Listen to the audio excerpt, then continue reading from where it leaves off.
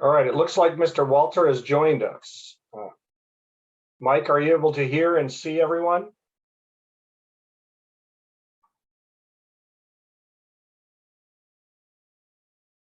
And you are muted. I'm here. I'm here. There you go. All right. My wife kicked me out of my office and I've been relegated to the back bedroom. All right. Cool. Let me All right. get this hooked up on the little stand here so I don't have to hold this, and we'll go. Now, can you folks hear me okay? We can hear you fine. And Mike, while you do that, maybe I will give the council a brief introduction. Okay. So, council, as you probably know, from time to time, there are various topics on which we are either required to or choose to provide training to council members, to members of volunteer committees and commissions like the Planning Commission. A number of years ago, Mike Walter provided some quasi-judicial land use training to the council. And because we were anticipating, we have new council members who have joined us over the last several months. We were anticipating, and in fact, we now have on file a quasi-judicial land use appeal, which is coming to the council in pretty short order. And we'll also be having another larger quasi-judicial matter, the mill site plan, commercial industrial plan. We thought it was prudent to ask Mr. Walter to dust off his training from several years ago and take the council through the nuts and bolts of quasi-judicial land use proceedings, and give you tips, landmines to avoid, the rules of the road, appearance of fairness, and all of those topics. And so in short order here, I'll turn it over to Mike. A brief introduction. Mike is a shareholder at the law firm of Keating, Buckland, and McCormick. KBM is one of the handful of regional law firms with whom the Washington City's Insurance Authority, our city's insurance risk pool, with whom the WCIA contracts to handle defense of lawsuits and claims against cities. And Mike has been doing that probably about as long as I have been a lawyer, almost 30 years, and he is primarily responsible for defending land use claims, which include damages claims and challenges to quasi-judicial land use decisions made by cities. He knows about as much on this topic as anybody in the state, and I'm happy. It's my privilege to have known him this long and to introduce him to you. And I'll turn it over to him without more. I know we'll take questions. We also have on the agenda, should council want, opportunities for either a closed session or an executive session if you get into questions that you think might be delving too deep into the weeds of a particular matter, or if it's something on which you feel whether you or we feel be more appropriate to have confidential legal advice. So without more, Mike Walter. Great. Thank you very much, Bob. I appreciate that. And I'm sorry, I'm scrolling through my screens here to get to one that looks appropriate. First of all, thank you very much for inviting me out. I've done training for the city before, quite a while ago. I've done some litigation assistance for the city in the past, worked with Bob. He's a fabulous lawyer. And I'll tell you this, not to be patting each other on our backs, but I know a lot of city attorneys, town attorneys across the state. I've been working for over 80 cities over my career, and Bob is one of the very small handful of city attorneys that is very skilled in land use and litigation, and those two things make him a good asset for you folks. I can tell you that most of the city attorneys don't have a lot of expertise in land use. It's a real niche area. A lot of them don't like it. I think Bob does. But anyway, he's a good resource, and you're going to hear me say throughout tonight's presentation that frequently, if issues come up, talk to your city attorney, and you've got a good one to talk to. So it's good advice. Okay, to dive into this now, I got a lot of material. Bob, do we have somebody handling the PowerPoint? I don't see it on my screen. Oh, there we go. Beautiful. All set. All right, beautiful. Thank you, Jason. I appreciate that. And we can go to the next slide. I think there's a little bit of a lag getting there. We go. And I'll try to zip through. Some of these are just more entertainment slides for you folks. But as Bob indicated, I'm trying to focus on quasi-judicial decision making, looking at what are risky land use decisions and how to avoid the minefields. And there are a lot of them out there. I love this quote. I've used this in other training sessions before. It's about 13, 14 years old. And it's pretty good advice today as it was back in 2008. And it's one of the reasons that lawyers like me and hopefully not Bob, because he's doing work for your good city, but other land use lawyers are so busy right now. Next. So, you know, what's the big deal here? And the big deal is there's a lot of outfall for making a mistake in quasi-judicial decision-making. I'm going to talk a little bit about what quasi-judicial decision-making is in just a few moments, but you'll get a good picture of that. But there is a lot of potential bad things that occur when you make a mistake handling quasi-judicial land use matters. You've got various types of legal exposure to the city, including money damages, attorney's fees, potentially invalidating a decision that you've made.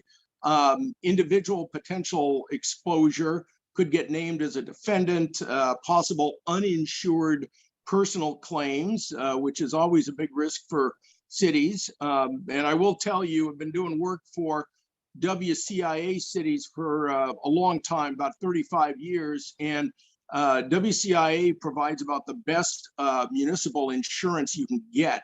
But there are certain claims no insurance company will cover in the land use context, including things like Fifth Amendment takings claims and intentional misconduct claims. That is, where you overtly disregard, for example, your city attorney's advice, things like that. So that can put the city at risk. These land use cases get very expensive. They're frequently vigorously litigated by parties on all sides, the land use applicant, citizen groups, other stakeholders get involved. And I've had some land use cases last 6 and 7 years. I've got one that literally is going on. It's on its 6th year. We've been up and down to various courts, and they just don't seem to end. People keep appealing things, and they get very, very expensive. So another downfall. And then obviously politically damaging outfall from making a mistake, and what we're trying to avoid here. If you follow some of the rules we're talking about here tonight, I think you will go a long way to avoiding all of these types of exposures and issues. All right, next. So, you know, kind of give you a quick little overview of what the legal environment is for land use decision making, and not trying to turn you all into lawyers here, heaven forbid, but to give you an idea where the rules come from, which is what we're talking about here. We've got the state and US Constitution provide kind of the big picture ground rules for what you can and can't do in handling quasi-judicial matters. Statutes, and there are lots of them, and I've done training just on some of the statutes alone that have impact on land use decisions, and things like SEPA, for example, the Appearance of Fairness Doctrine, which we're going to talk about tonight, the Plat Statute, you know, development agreements, all sorts of statutes govern and regulate land use decision making. Your comprehensive plan and updates obviously impact land use decision making. City ordinances are key. I'm going to be mentioning that frequently, and I've actually extracted a couple of sections of your code dealing with design review standards and your design board just to give you a taste of what could be at issue. Court decisions, obviously, that's where you need the lawyers stepping in, telling you what the courts have said in terms of how to handle quasi-judicial matters. Board and agency decisions, like the various federal and state administrative bodies and commissions have impact on what you can do, how far you can go. And then prior permit decisions can impact specific other related permits. So all of those kind of go together to kind of lay the groundwork for what you can and can't do and underlie a lot of the rules. In fact, most of the rules we're going to talk about tonight. And I'll try to mention as we go through things what the legal resource is for some of these rules, whether it's a state constitution, state statute, federal statute, things like that. All right, next. So, the big warning signs here, high risk land use decision making, this kind of sets the stage for what we're talking about here, what to avoid. And I'm going to give you some tips throughout tonight's training on what are high risk actions and decisions to make and how to avoid the dangers that we're going to be talking about. Next. So I've got some samples here to give you some examples of problem areas and high risk permit, quasi-judicial permit type decisions that can lead to legal exposure if they're not handled properly, if the rules aren't followed, the process isn't followed, appearance of fairness rules aren't followed, etc. And this is by no means a complete list. In fact, to keep this trimmed down, I had to cut out a lot of particular other high-risk land use actions, but things like regulating signage, large and complicated developments, malls, strip malls, large plats, projects with lots of wetlands, and need for reasonable use exemptions are always hot button legal issues that can lead to all sorts of problems. Projects requiring design and architectural review. There's always somebody that believes that the rules weren't applied properly, or that believes that more design should have been incorporated or less design, etc. Homeless encampments are a big problem now in terms of land use siting and decision making. Historic regulations. You've got a beautiful old historic section of your town. Historic regulations are frequently the target of land use litigation. Group homes, another one that is kind of a hot button area. Next. Ignoring vested rights, and I'll mention those briefly a little bit later on tonight, but I've actually done training sessions just on the vested rights doctrine, but it is in short a doctrine that basically says once an applicant for a land use permit submits a fully complete application, either a building permit, short plat, full plat application, one of those three that is complete, fully complete, they vest, that is lock into the rules and regulations that are in place at that time. And if the city or town or county agency tries to change those rules midstream after they have vested, that is submitted that complete application, you've essentially violated their due process rights. And that can lead to liability. The Vesting Doctrine is a very strong doctrine in Washington State. It's the subject of lots of litigation. You're going to hear me mention it several times tonight. Just know that it exists, and keep in mind that you can't change the rules mid-game. And again, if you have questions about application of vesting to particular permits or projects, you got a good city attorney to talk to, and he can give you some good advice up front before mistakes are made. Other types of high-risk matters here, won't go through all of them, but impact and mitigation fees are always a hot button because they can be lots of money at stake.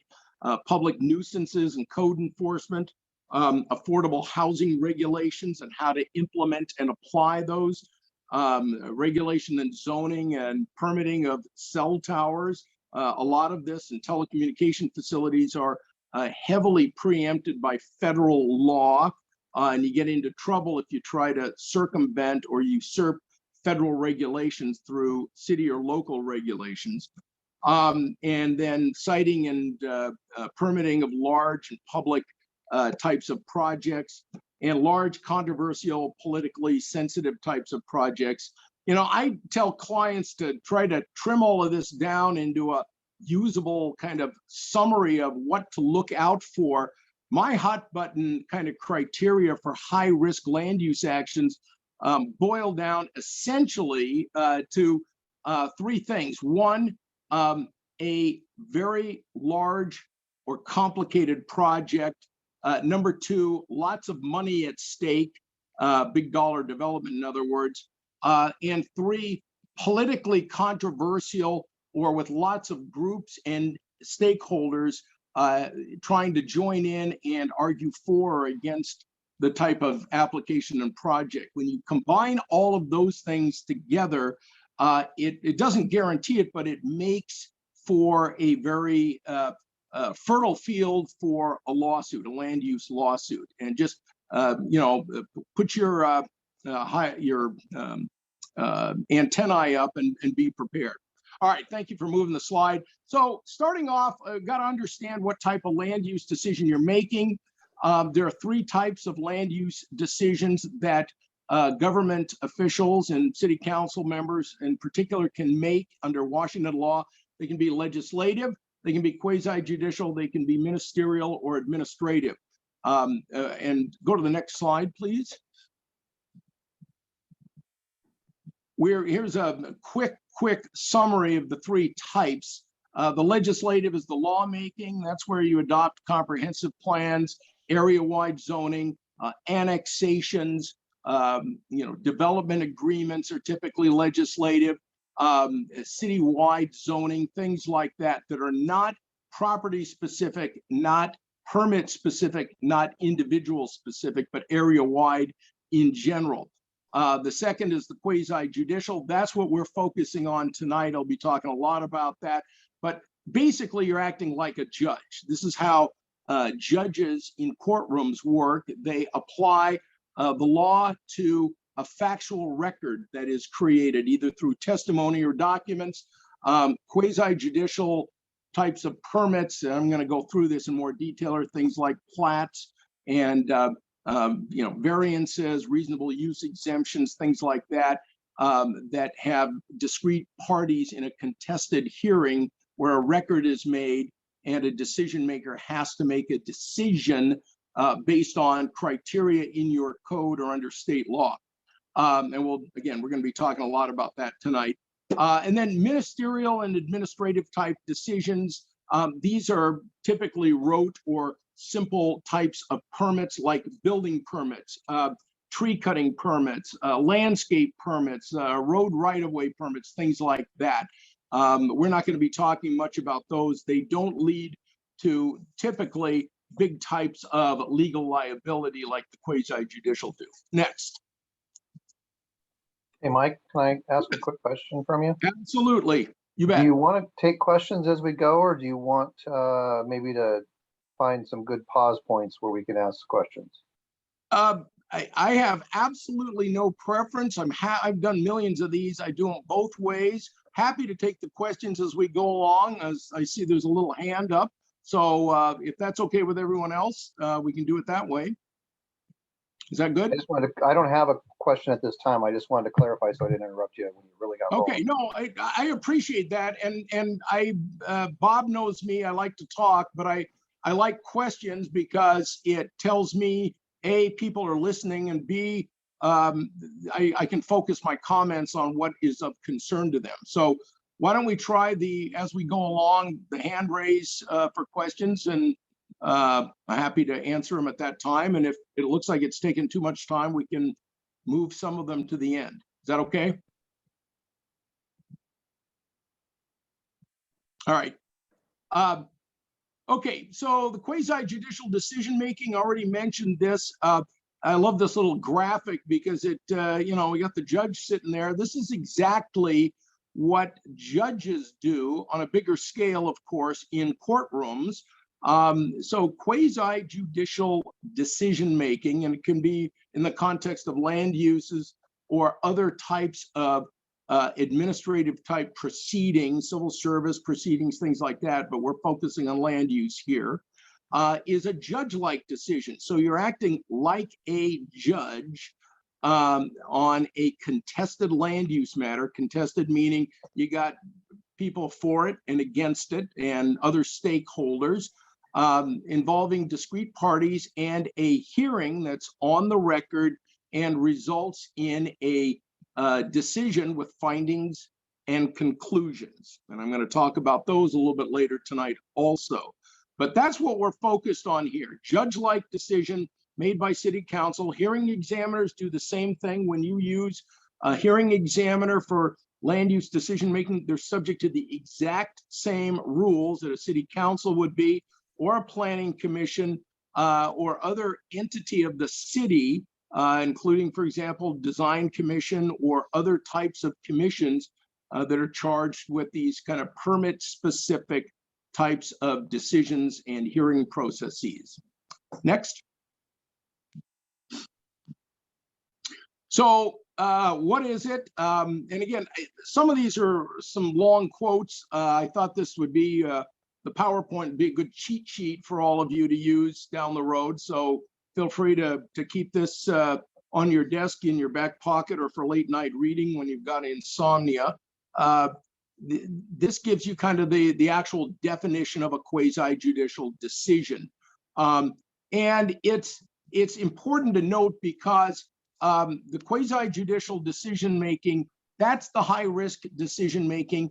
And the reason for that enhanced risk, enhanced liability, and some of the enhanced kind of political issues that get involved in these land use decisions comes about by virtue of the way the quasi-judicial is defined.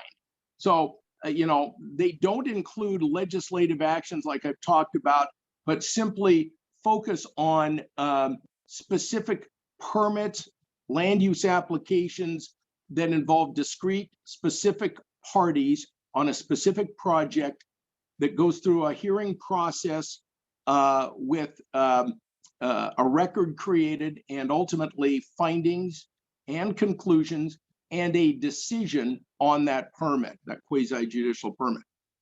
Next.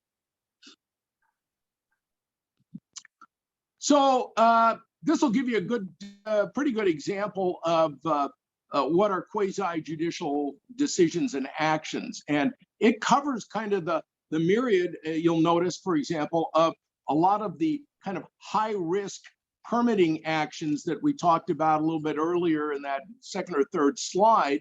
You know, the kind of hot button issues that the public is typically interested in and wants to get involved in are frequently quasi-judicial decisions. So, you know, large subdivisions, short plats, site plans, reasonable use permits, mixed use developments, appeals of administrative decisions, variances, waivers, you know, historic design, architectural design rules and how they're applied, boundary line adjustments under some cities, some are ministerial, but a lot of them are quasi-judicial, site-specific rezones, that is for individual parcels of property, things like that. These are all quasi-judicial actions, again, for which you need to you know, pay particular attention and follow the rules we're going to be talking about tonight. Next. All right. So I start off kind of, you know, told you what quasi-judicial is. And now I want to give you kind of the big picture overview of some of the limits to quasi-judicial decision making. These limits come from both the state and federal constitutions, as well as state statutes and your own code, typically. And they're important because failing to kind of follow these types of rules and being aware of the limits of quasi-judicial decision-making is where cities and counties and towns get into trouble. And I will tell you this, for my experience doing this work for 30 plus years, the bulk of it has been land use litigation, land use decision-making. I would bet you easily 80% of the lawsuits I've defended over my career, 75 to 80% at least, arose out of quasi-judicial decisions made by elected officials. And that is not to be a slight or insult to you good, hardworking elected officials, but merely to point out that this is where the problems are, and this is where the lawsuits typically come from, and this is where the liability can really come forward on. And, you know, both by, if you look at the court cases, in my experience, have been the same, that this is the kind of high risk area of land use decision making. So first and foremost, the quasi-judicial standards guide the decision-making process. This is key. So there are standards associated with, or there should be associated with, every type of quasi-judicial permit or project or process involved. So if you're looking at a variance application, there should be standards in your code associated with that. A subdivision, full plat or short plat, there are standards in state law and your code that govern that. Reasonable use exemptions, there are standards in your code, I assume, that would adjust those. So those standards guide how you decide quasi-judicial decisions and permits.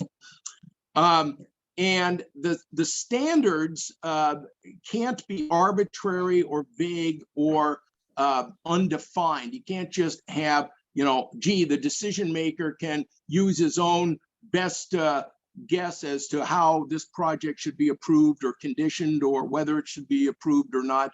There need to be specific standards saying, here's what's allowed, here's why, here's what is needed to show compliance with these standards, and so on. So the standards guide the process. Second big point here is that the decision makers must not interfere with staff's initial processing and work on a project. And this is important. I have seen on dozens of occasions situations where particularly a controversial or large or high risk land use project gets brought to the city. Frequently it's a large plat or commercial development or some large project. And we all know it's going to be controversial. Some people are going to be for it, some against it.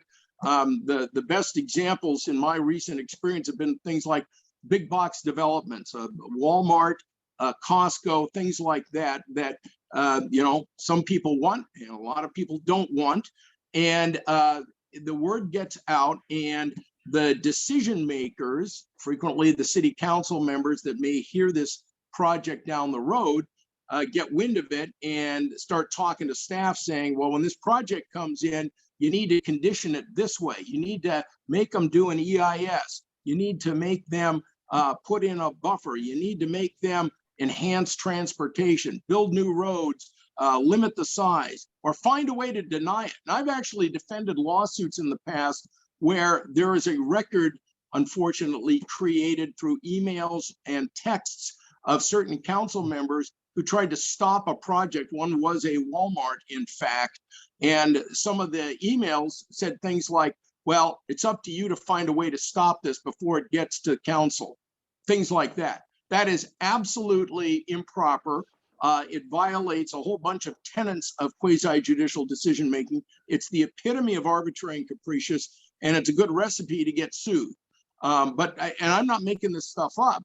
These are personal, real-life examples of things I've had to defend over the years. So the rules there are don't meddle or interfere with staff's initial decision-making. Wait till the project gets to you.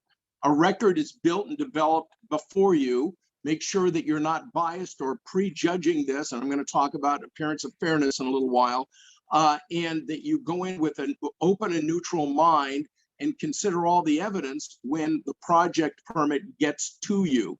I cited a few cases, there's a lot more of key big damage cases where elected officials got involved and tried to interfere with staff decision-making, or dictated how staff was to do things, or told staff to do X, Y, and Z. They got hammered for it big time. The Mission Springs case is a big one. Bob knows all of these. He isn't involved in them, thank God, but I think he's very well aware of them. The Westmark Development Corporation resulted in, I think, $11 or $12 million judgment against the city of Burien. And I think there's still outgrowth of that litigation going on today, years after that case went to trial. All right, and then you must apply the facts to the law. Again, we're talking like a judge acts, okay? And that's what a judge does. A judge doesn't tell his or her staff person or judicial assistant, find a way for me to reject this lawsuit, or find in favor of the plaintiff or the defendant. It doesn't work that way. The parties bring to the judge, the court, their best case, and put the evidence in front of the court, and then the judge or a jury makes the decision based on all of the evidence in compliance with the rules that the judge provides for that particular type of lawsuit. It's the same thing with a land use quasi-judicial hearing, okay? And that quote at the bottom, the Marathon of Mining case, that case is cited frequently for when council members kind of get off track and try to basically disregard the standards, disregard the rules, and instead want to make a decision that they think will appease a lot of the citizens or the public and make the public happy, but in violation of their own adopted standards. All right, next. Hey, Mike, we've got a question from Councilmember Benson. Okay, good, shoot. Yeah, so if your standards are standard, and if you're not making policy discretion, and you're not interfering with the process and all that, what percentage of these cases would you estimate are really a foregone conclusion, because the rules are the rules, and the rights of the people involved are the rights of the people involved? Well, let me see if I understand correctly. When you say foregone conclusion, you mean based on the materials that are put before the city council, independent, neutral, unbiased person reviewing those, how many of those situations would be kind of a foregone conclusion, i.e. the result should be self-evident from the evidence? Is that what you're saying? That's what I'm trying to say. I'm not trying to imply that anybody would be coming in with their mind already made up, but rather, if you adhere to the standards, there's no real way around a particular decision. Is it more subtle than that? It is more subtle than that. It's a great question. I do understand your question. It's a legitimate question. I would say, speaking from my own experience, probably 70% of the applications that come in, again, if we've got an unbiased, neutral decision-making body here that is objectively looking at all of the evidence that's put before in terms of documents, traffic reports, environmental reports, things like that. In my experience, probably about 70%. That's a guess. I will say, though, there is a lot of subtlety to that. When you're talking about standards, for example, there can be a lot of open-ended application and interpretation of standards by the decision makers that isn't, subject to, like, the height of the building shall be no more than 33 feet from ground, or something like that. It's a very specific standard. A lot of the standards, for example, in the plat statute for subdivision or short plat, there's a whole bunch of criteria in RCW 5817-110 that tells you, when you're reviewing a preliminary plat, you need to take into consideration the following things. And it lists off 8 or 9 or 10 things. One of them, for example, is providing safe walking distance for students going to and from schools, okay? And that's an adopted standard. It's in state law. You got to comply with it. But how you get there with a particular application is open to a lot of different ways and means. For example, does that mean you have to put in sidewalks all the way from the plat to each school? It doesn't really, because what is a safe walking condition, for example, can be done through a whole bunch of things, through trails, through bus routes, for example, things like that. So when you look at it that way, there is some flexibility frequently in these types of projects and applications.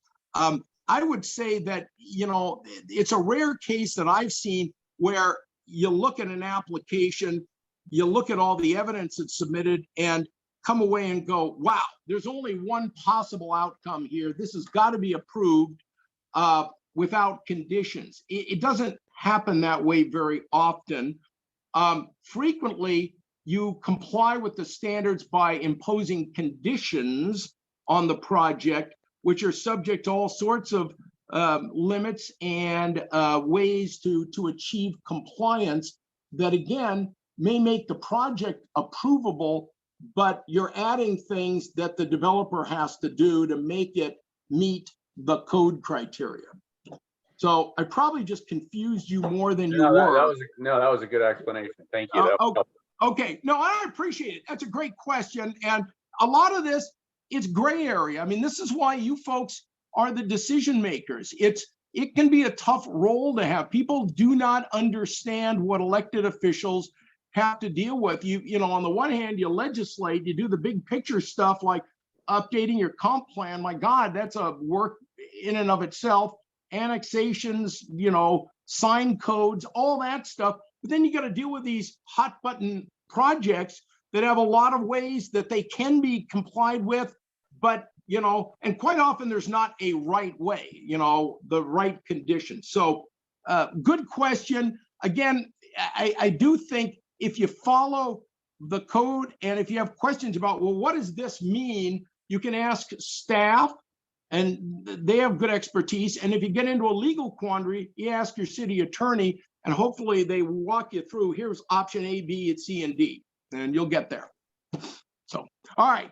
I have sort of a follow-up on that, if I may. Sure, you bet.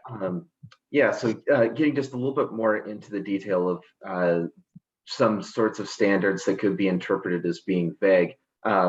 Mostly just want to understand, a situation where, say it says we're supposed to have a certain number in the code. It says we have to have a certain number of parking spaces, it has to be within certain height limits, made of these materials, and it has to be aesthetically pleasing. If we met all the other things, then we as decision makers can't go, oh, well, it has to be aesthetically pleasing.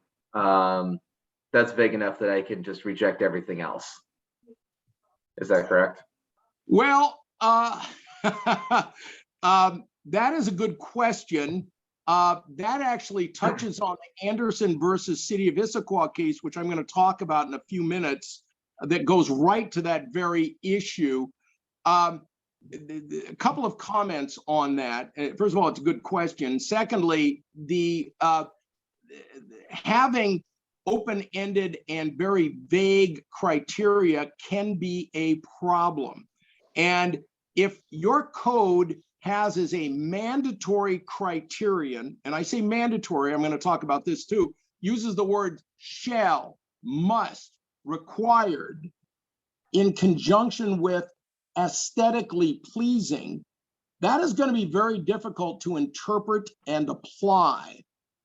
And I'm not saying you can't, but that is where you get into problems trying to interpret and apply your code with vague language like that. And that's an example of something that you may want to look at your code and go, we can tighten this up, we can fix this, we can make it a should rather than a shall, or we can remove the aesthetically pleasing language entirely, Or we can say, we can add to the definition, aesthetically pleasing in this context must include the following, 1, 2, 3, and you add some limiting criteria to what aesthetically pleasing is. And I'm giving you some ideas on things to think about if that is in fact a mandatory criterion in your code. If it's there and it is mandatory, you know, that is an example where I'd probably talk to your staff and probably your city attorney to say, okay, how do we deal with this? Are there other examples of projects in the city of Snoqualmie where we have applied that standard and found it to be aesthetically pleasing with some meat on it that explains that? And I'd go to some of those and maybe say, we can do the same thing here, or try to apply the same language criteria limits here. Beyond that, it gets tough. I will be honest with you. I don't have a good clean answer for you to deal with the, you know, generic aesthetically pleasing type language if it's in your code. And again, it makes a difference whether it's in a mandatory context like shall or must versus say, you know, well, it's optional, we can consider it or not, or it doesn't need to be there or not, in the context of like should or may, or, you know, shall attempt to, or something like that. So, and, you know, if it meets all of the other criteria, again, this is where I'd probably talk to your city attorney to get some guidance in terms of, you know, how the code is crafted and that, but if it meets every one of the other criteria clearly, and the only hang up is this must be aesthetically pleasing language, you can probably find a way to either say, well, this meets it because it's like other projects where we have approved them with that same language, therefore it meets that criteria, and kind of go from there. But beyond that, I'd probably ask for staff assistance, like, can you tell me if there are other projects that we've approved that have that, you know, that met that criteria? Go from there. Mike, are you using an exterior microphone? It sounds like it might be not connected. All of a sudden, you sound very distant. Oh, no, There I you haven't. Now I you're haven't back. touched the thing. Am I coming in better? Yes, you're better now. You were sounding Okay. very tinny there for a little bit. Now you're fine. Sorry, maybe I was talking too fast. I'm doing a mic off of the screen. So, Yeah, I think when you said consult staff and the city attorney, it got harder to hear. So you need to say that more clearly. okay. Consult just staff kidding. and city attorney. Did it eliminate the get rid of the city attorney language also? Yeah, that's right. That's a joke. All right. Well, I hope I answered that question or tried to answer that. We're going to talk about some of that vague language in a few minutes when I talk about the architectural design standards and the Anderson versus Issaquah case. So maybe that'll help kind of add some meat to that good question. So anyway, real quickly on the end of this, the limits here on this particular slide, you want to make sure that you end up with a written decision. Again, we're talking about the quasi-judicial decision, findings of fact on each element or criterion in your code. You know, we find that this meets the requirement for the 32-foot height limit, something like that.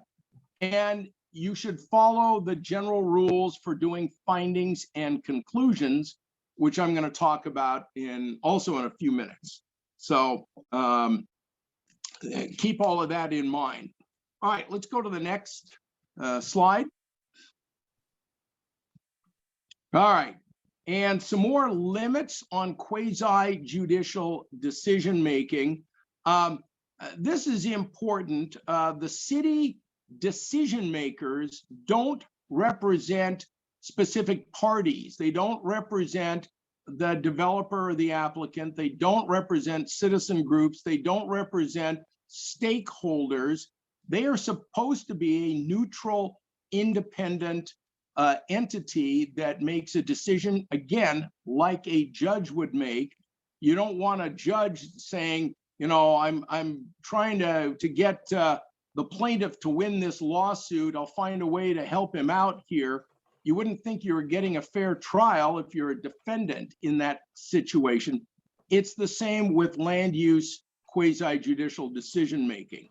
So you don't want to take sides. You act as a neutral arbiter, and you don't submit an application to a popular vote. This isn't a popularity contest. I actually had several lawsuits a long time ago where one of them was a mobile home park, and it was a site plan approval for one, and a city council in Pierce County, I won't name them, but they actually, during a very heated public hearing on this site plan application, one of the council members asked the public to stand up and raise their hand if they were in favor of another mobile home park or not. Completely improper. And they got sued over the decision they made, including that statement. So it's not a popularity contest. It's not a how many people are for and how many people are against. It's how does the record that's submitted comply with the criterion in our code? Does it meet the criterion or not? Can it be conditioned to meet the criterion or not? You know, is there good facts to support it? So that's very important. Decision makers must comply with the appearance of fairness doctrine. I'll talk about that in a few minutes. I assume most of you folks probably have heard of that, had some training on it, but hearings must be both fair, actually, and appear to be fair to a disinterested, neutral person. Somebody watching this should go, yeah, that looks like the people are unbiased, the decision makers are unbiased, neutral, had an open mind, weren't trying to go for or against one side or the other. Even with adopted standards in your code, the decision can't be arbitrary and capricious. In other words, and I'm going to talk about this in a few minutes, even if you've got adopted standards in your code, you can't ignore them or circumvent them or try to add to them or ignore certain ones or make decisions that, even though may be based in part on your code, are intended to give secondary gain to the city or for some ulterior purpose. Again, you want to be independent, neutral, and act like a judge would act in a fair and impartial process. All right, next slide. All right. Okay, and I think actually I was talking about some of the items on this already, but you've got, I think we talked about a lot of this, the appearance of fairness doctrine, absolutely important to follow. We'll be talking about that. And you want to avoid arbitrary and capricious decision-making. And if a court subsequently challenges or finds that your decision was arbitrary and capricious, this is what we're trying to avoid, a judge can invalidate that decision, make it null and void, can remand it and require the city to do it over again, or can simply find that the decision was wrong and instead impose the judge's own decision on that matter, and potentially could lead to a damage claim against the city. So there's a lot of outfall for if you make an arbitrary and capricious decision. So we want to avoid that conduct. And I'm going to talk about that in just a few minutes also. All right, next slide. All right, so now we're getting down into some, practical advice. We've been talking about what the limits are for quasi-judicial decisions. Here are some, bullet pointed tips for making good, sound, solid, defensible quasi-judicial decisions.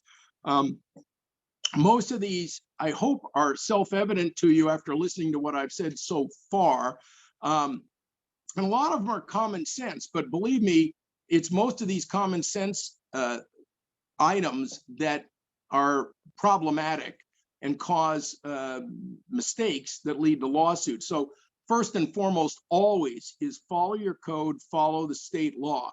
Typically, not always, but typically in land use matters, your code is going to define the criteria, the limits for the particular application that's before you. Not always, but for example, in plats and short plats, the criteria for those are probably going to be found both in your code, in your subdivision section, and also in state law, RCW 58.17. So there'll be two places that'll have criteria, which hopefully, again, staff is identifying when a project comes before you as a decision maker, you know, what the criterion are, where they come from.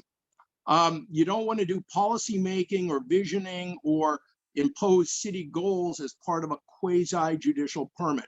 That stuff is already done at the stage where you, the city council, have adopted your regulations. You've adopted your comprehensive plan and your updates. You've adopted the specific development regulations, sign regulations, plat regulations, lot sizes, limits, density, all of that stuff is already done as part of the legislative process. We're not doing it again. You can't do it again as part of a quasi-judicial application. You want to recognize and enforce vested rights. Again, I mentioned that, but once a project application comes in, it's deemed complete under your code, and it's either a building permit application or a short plat or a subdivision, those three, it locks in and obtains automatically vested rights, which means you can't change the rules midstream. You can't get halfway through a plat project and go, you know what, I think now we want to modify our zoning standards to put in higher density in this area. It's already done, at least as for this project. You can't change it. You need to consider all of the evidence. You can't just pick and choose and go, well, I don't like the developer's evidence here. You know, I didn't have time to review their experts' reports, but I read the opponent's expert reports and I find them credible, and I don't think I need to read the developer's documents and reports. That's not proper. Again, it'd be like a judge saying, you know, I'll read the plaintiff's submittals and trial brief, but I'm not going to read the defendant's trial brief. I don't need to see it. You wouldn't think you're getting a fair trial there, in the same way you wouldn't be thinking you're getting a fair land use hearing here. You don't offer or accept any kind of gifts or favors or gratuities. And believe me, I've actually seen evidence of this in the past. Pretty scary, you know, football tickets, you know, money, Starbucks cards, things like that as a, hey, if you can help us out on this conditional use permit hearing we've got coming up, be grateful. And by the way, my son works for Starbucks. He can get you a whole bunch of Starbucks cards or something like that. I actually had a case similar to that where they were trying to bribe a city council member with Starbucks cards. I mean, it sounds absurd, but this stuff happens. And then make decisions timely. And the rule on this is just don't unnecessarily delay. When I say unnecessarily, check and follow the timing of your code for when decisions have to be made. Under state law, the city has 28 days to respond to a land use application, 14 days to respond to additional information, and generally 120 days to act on, make a substantive decision on an application. Those timelines can be modified, particularly with the agreement of the property owner or applicant, but be aware of them and don't just sit on an application and keep continuing hearings for 6 months, 8 months, whatever. You're buying a lawsuit. Okay, next slide. Okay, and then again, more kind of general tips here. Decisions that you make on quasi-judicial actions should be competitively neutral, applied non-discriminately. You're not here again to decide we've got too many gas stations in Snoqualmie, or I've heard this in 2 or 3 different jurisdictions I've been working with. We've got enough coffee shops. We don't need another one. We should deny this application. That's not part of the process for good quasi-judicial decision-making. You're not the arbiter of economic viability of projects, okay? If the project's not well designed and there are too many coffee shops, you know, the business in the city is gonna find out about it, and it's gonna go under, and that's the loss of the applicant or the property owner. But you know, I've seen this. I actually had several cases where conditional use permit applications, for example, one was a gas station, one was a convenience store, were denied. And the rationale was, we've got too many of them. There's already a 7-Eleven down the street, and there's a, you know, a little mini mart 2 blocks away. We don't need a third one. Deny this. That is completely improper. If it meets the criteria in the code and has all of the information provided, and you're acting in an unbiased way, you shouldn't be making a decision based on the number of similar projects or the economic viability of one. Don't get involved in private property agreements, CCRs, homeowners agreements, things like that. And I've actually seen quasi-judicial permits denied because decision makers thought they violated a homeowner's rule or some CCRs, excuse me, in a private development. That's not part of your code, and that's not typically the criterion for deciding a quasi-judicial permit. The only way that might be appropriate, and I say might, would be if your code expressly adopts and requires you to consider applicable HOA requirements and standards. And I haven't seen a code that does that, but I guess I could conceive that might be possible. But absent something like that that's in your code, those are private agreements. Stay out of them. Again, you'll get involved in playing sides, and it's never got a happy outcome, I can tell you. Excuse me, treat all permit applicants equally and consistently. That doesn't mean, by the way, you make the exact same result on similar applications. It means that similar applicants, for example, for a variance, for a conditional use permit, for a subdivision, whatever it is, go through the same process and they get the same, you know, fair, equal treatment. They get to submit evidence, they get to submit expert reports, things like that. But every project's going to be different on its facts. So the outcomes may not always be the same, and probably won't be because of unique facts, but at least they get the same equal treatment and process. That's what we're talking about. And then don't promise or guarantee results or outcomes. And this is a big problem a lot of times with, you know, some decision makers wanting to say things to an applicant like, well, I can assure you this is going to get approved. We approve all of these. Well, you know, A, that's evidence of bias and prejudgment. And B, you don't know until you've heard all the evidence, considered all the evidence, debated the quasi-judicial permit application with your the other members of the council, et cetera, whether that's going to get approved or not. So you don't want to make statements like that. It's a recipe for a lawsuit. All right, next slide. So again, always want to end up, the result of a quasi-judicial application and process is good written findings of fact and conclusions of law. Findings and conclusions must underlie all quasi-judicial applications.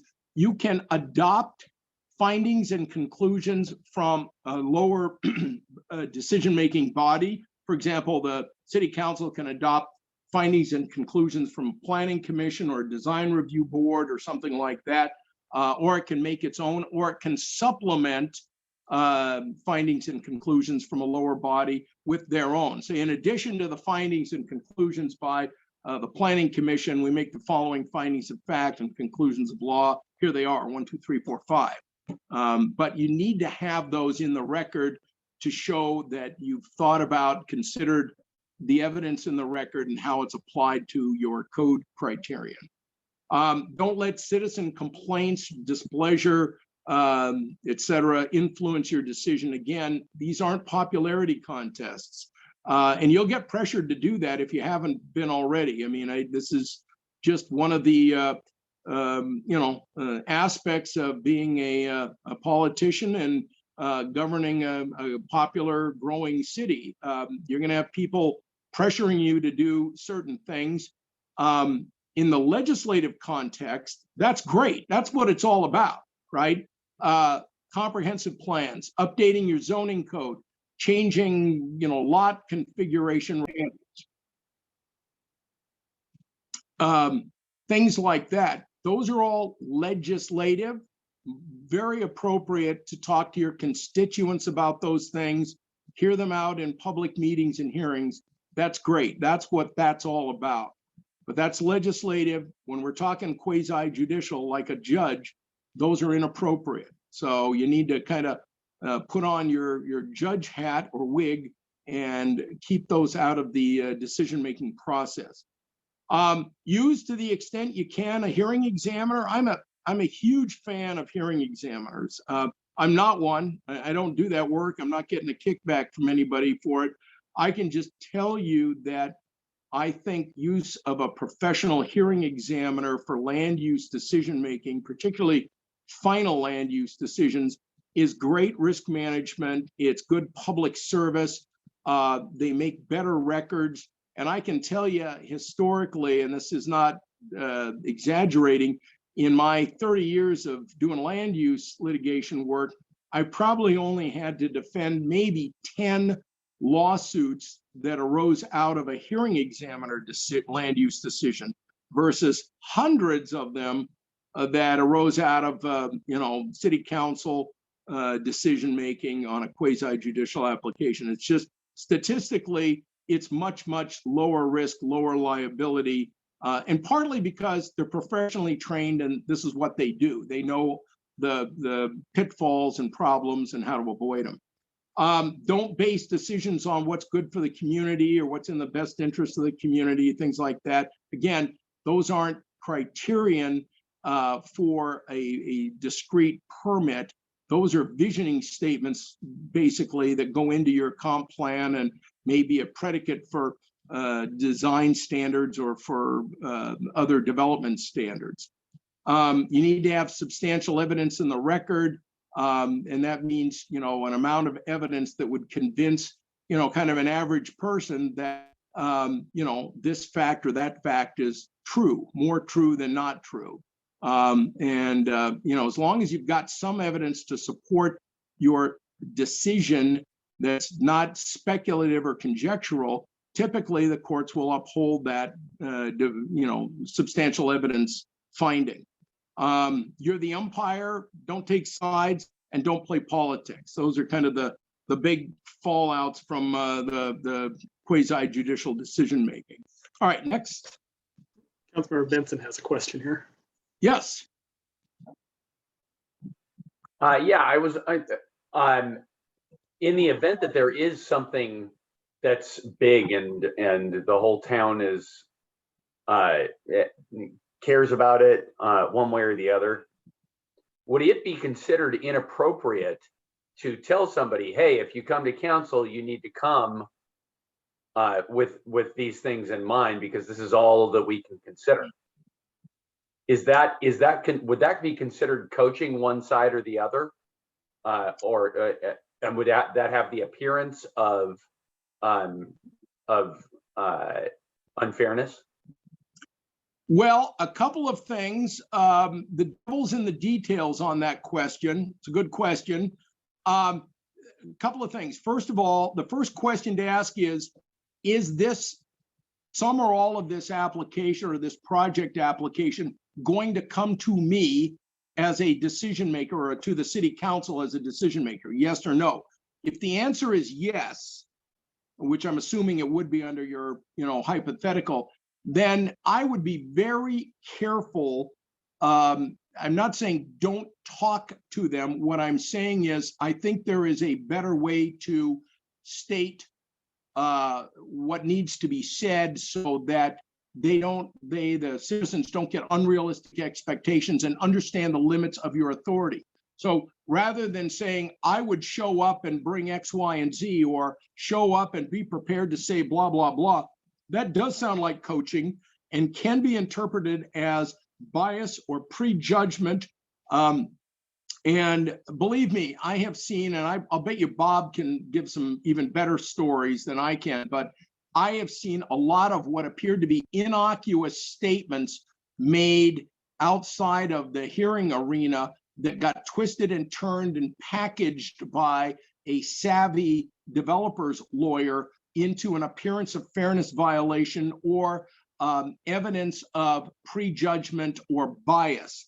I'm real sensitive to that because there's a million ways people can take, well, he said this here, and then 3 days later, he was at the Starbucks and said blah, blah, blah. And when you put those all together, it makes it look like, you know, Mayor so-and-so or Council Member Jones was, you know, predisposed in favor of this project or blah, blah, blah. I'd be very wary of that. What I would say, and Bob may have some better, more specific advice on this because he is your city attorney, but, you know, something along the lines of, hey, I'd love to talk to you about this, but I can't. This project will ultimately come to me as a city council member or an elected official on the council, and I can't discuss it with you. If I do, I'm potentially violating appearance of fairness, and I would have to disclose all of this and may have to disqualify myself and just leave it at that. Not tell them what to bring or what type of argument to make or how many people to bring to show up or things like that. I would keep it very neutral, very bland, very sorry, I just can't talk to you about this project.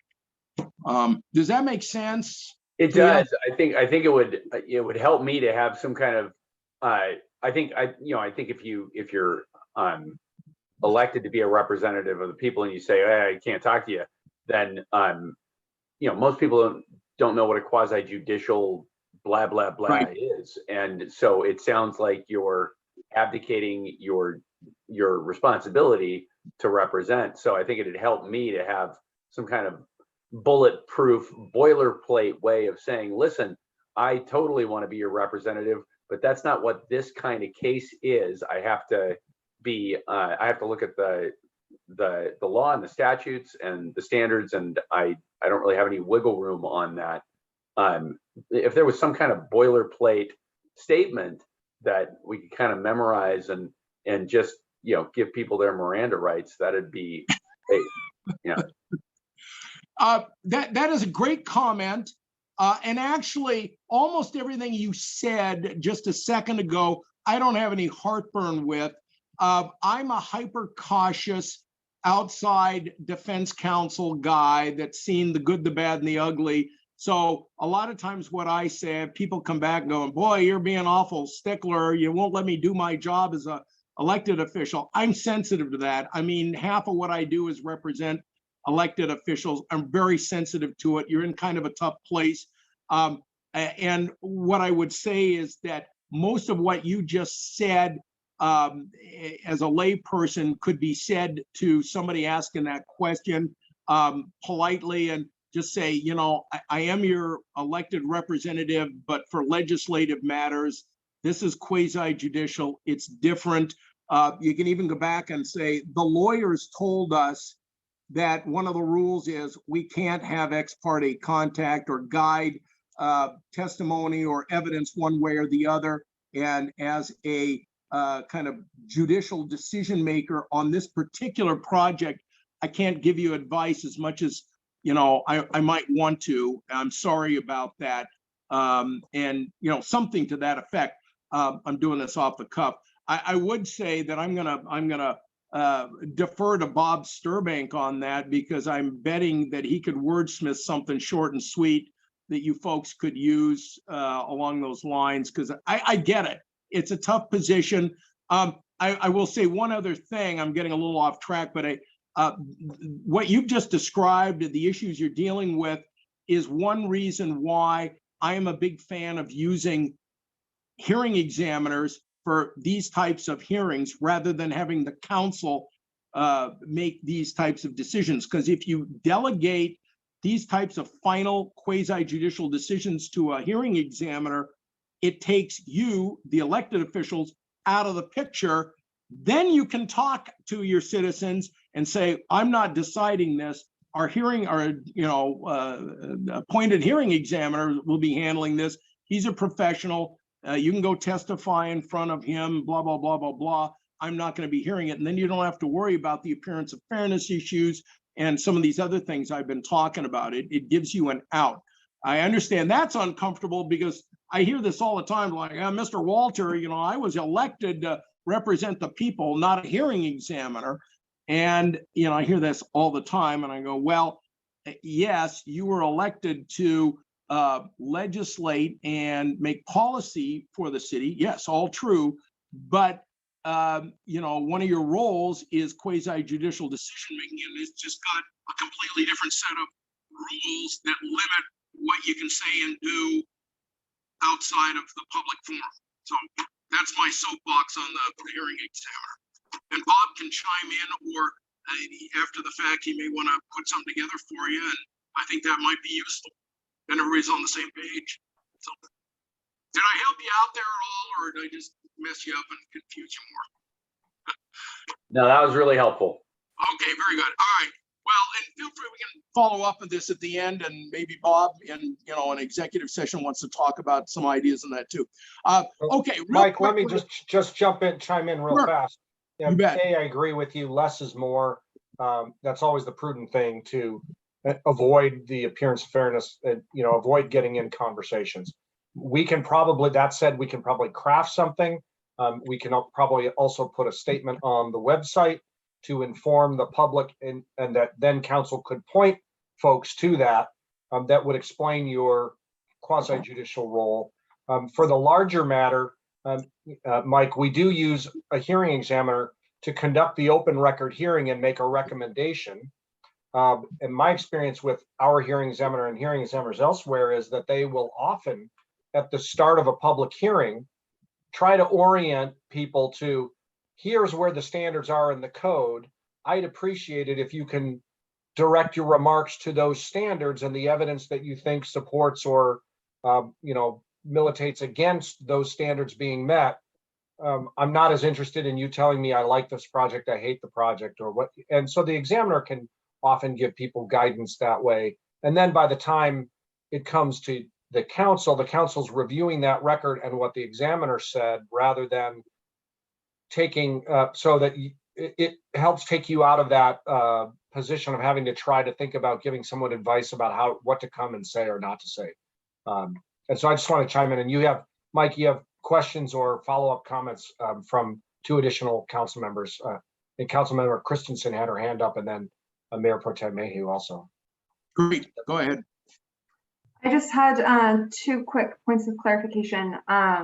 So generally speaking, in the context of a pending quasi-judicial matter, to the extent that council members are having members of the public reach out to them directly, and assuming that we're making the spiel or assuming other conversations are being had maybe before a quick end was put to it, would you recommend that council members keep a log to the extent that members of the public have reached out so that they have that information handy for the disclosure that would happen to the quasi-judicial matter? Information is available? Yes, well, there's pros and cons to that. I probably would recommend that council members keep a log of those things, dates, times, who initiated the call, and a quick, this is what the question was about. Because if there is an appearance of fairness challenge, which there very well could be, you'll need to disclose each and every one of those with specifics, date, time, context, etc. So that will be helpful. The only downside to that is it's also kind of creating a record, a public record, which would be disclosable in any litigation. But I think on balance, and Bob may want to chime in on this also, it's probably better to keep the record of it so that you don't miss disclosing that, because you're going to hear in a few minutes on the appearance of fairness doctrine, disclosure is everything. If you disclose and nobody challenges, any claims are waived. So, but if you forget to disclose or don't disclose everything, or it's not accurate, or you miss 2 emails or calls, it'll come back to bite you. So. And then just the second, and thank you, I do appreciate that. And then just second, I guess I do like the idea of posting on the website regarding the quasi-judicial matters, but just to confirm, I know it was kind of an off-the-cuff comment, but as council members, we would not want to state that our lawyer has told us to do X or Y in connection with quasi-judicial matters when we're speaking to members of the public, correct?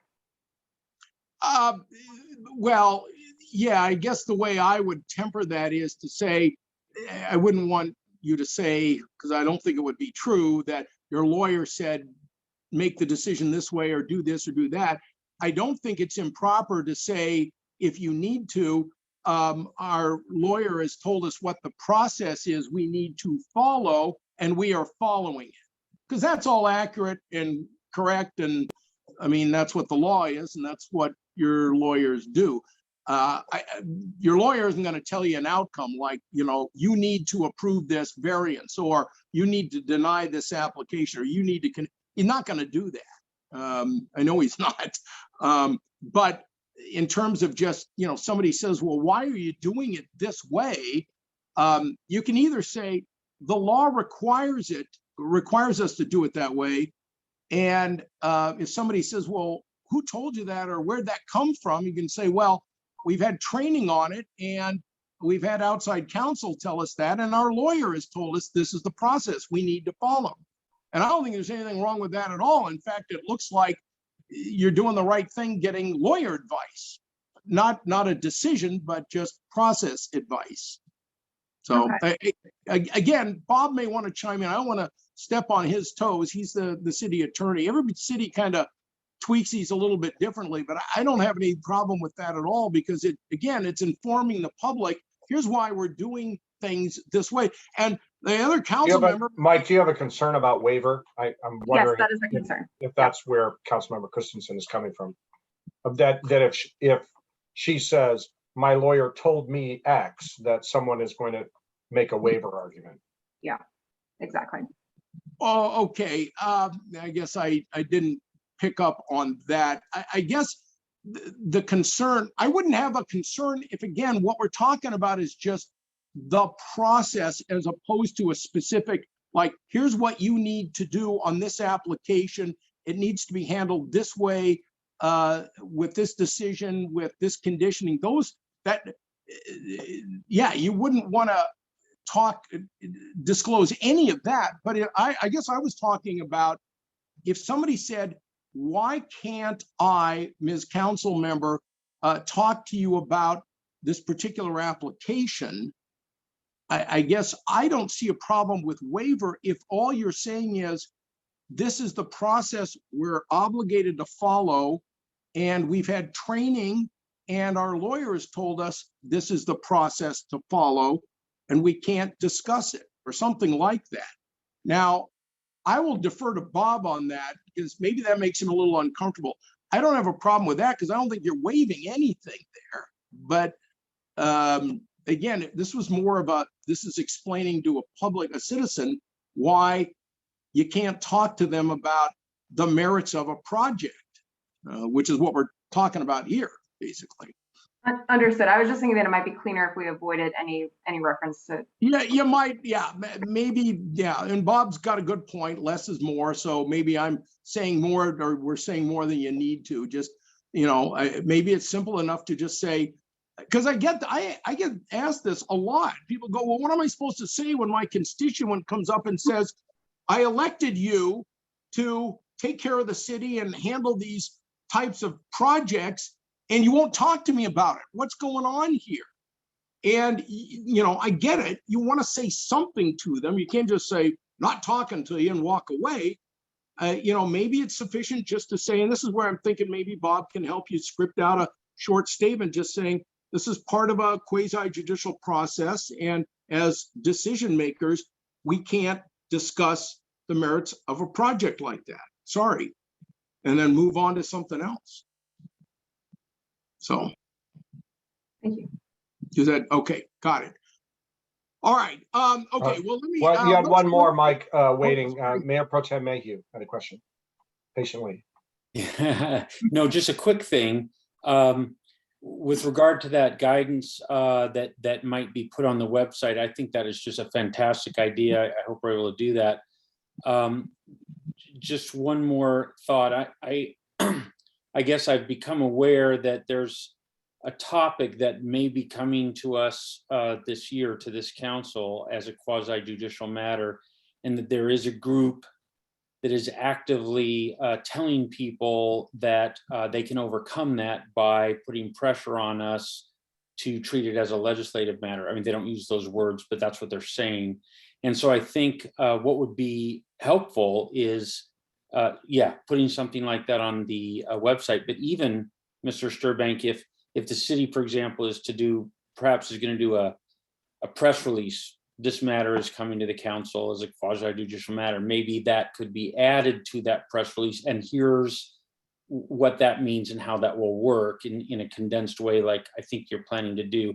The more we can just put out there, I think, in the public, helping them understand what is quasi-judicial, and especially in the face of basically some misinformation that's being actively spread, I think that just helps, people out there try to get a bead on it. I think most people have common sense. So if they see, so anything, the more we can put in front of them, I think the better, is really just my request. Thank you.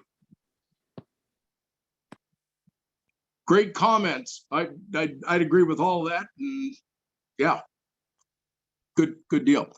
All right. Well, those were great comments. And let me just finish up real fast on the tips. We've talked about all of these. I don't want to kind of overbeat this, but it's important to just keep in mind kind of the rules of the road. And, the bottom point I've got there is don't play politics with quasi-judicial applications. This is not the realm or place for it. And probably 3/4 of the lawsuits, quasi-judicial lawsuits I've had, arose out of some kind of political agenda. We're trying to slow growth. We're trying to increase growth. We want more commercial. We want this. The city, developer may give us a new park, land for a park, if we approve the Walmart or whatever. Those are the kinds of things that will, they seem pretty self-evident, but they happen a lot and leads to problems. So, all right, next slide. Let's see here. Did that go the right way, or let's see. Oh, okay. Yeah, I guess I hadn't covered this one. Sorry. All right. Well, we've talked about a lot of these. Don't waive permit or code requirements unless expressly authorized. Some codes do have provisions saying, certain of these standards can be waived or modified upon request by the applicant in the discretion of the planning director or staff, or based on X, Y, and Z. If that's the case, then sure, you've got authority to do that within the realm of what your code is allowing. But if that type of language isn't present, typically you're stuck with the criteria in the code, and that's what you use and apply, and you don't kind of waive those or add to them. I put another bullet point here. Boy, this wrinkled some feathers of another city I did training for about a year ago. Don't let citizens taint the record through comments that relate to a quasi-judicial application or a ministerial application that's coming before the city council during citizen comment periods.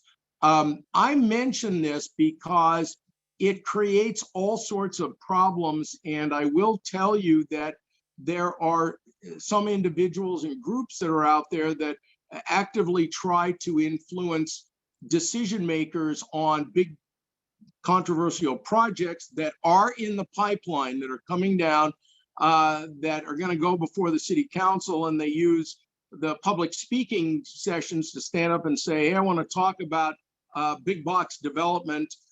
We can't have any more of it. I want to get council members to show support to shut down any new large commercial, projects, blah, blah, blah, things like that, that are clearly targeted on and to a specific project that's coming near the pipeline.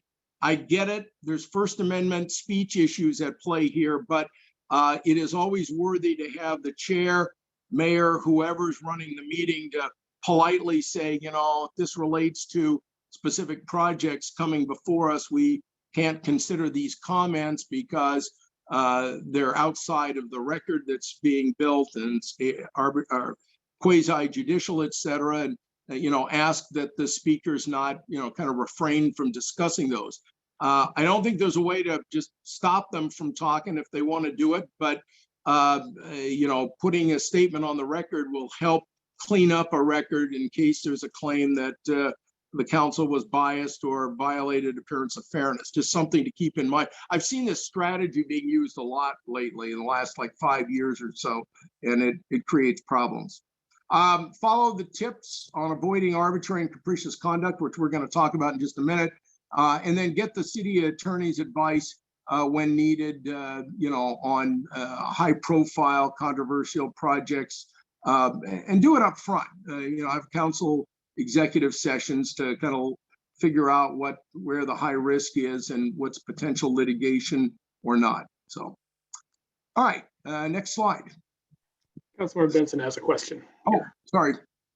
Help me understand the public comments that could taint the record. It seems like that would only shoot the person in the foot with whatever their position was, or is it a strategy for trying to tee up an appeal or something like that?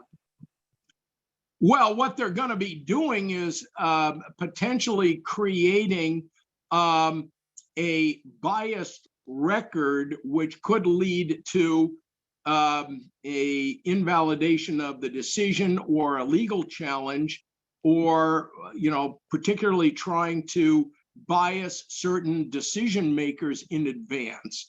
It may or may not shoot them in the foot, but it really creates a mess for the record and kind of destroys the whole appearance of impropriety and neutrality when the project actually gets to the decision-making body.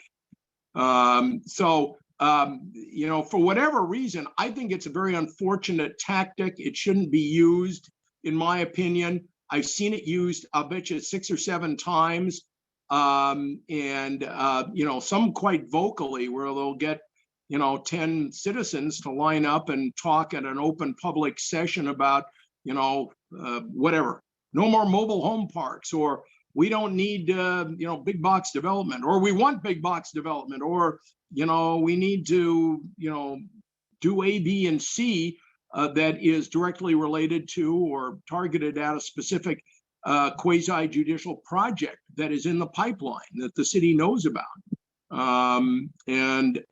Like I said, I have actually talked to other city attorneys, and I've talked to MRSC about how do you deal with this, and everybody's scratching their heads going, it's tough because, people will, if you try to tell them, no, stop talking, they will claim that their First Amendment rights have been restricted.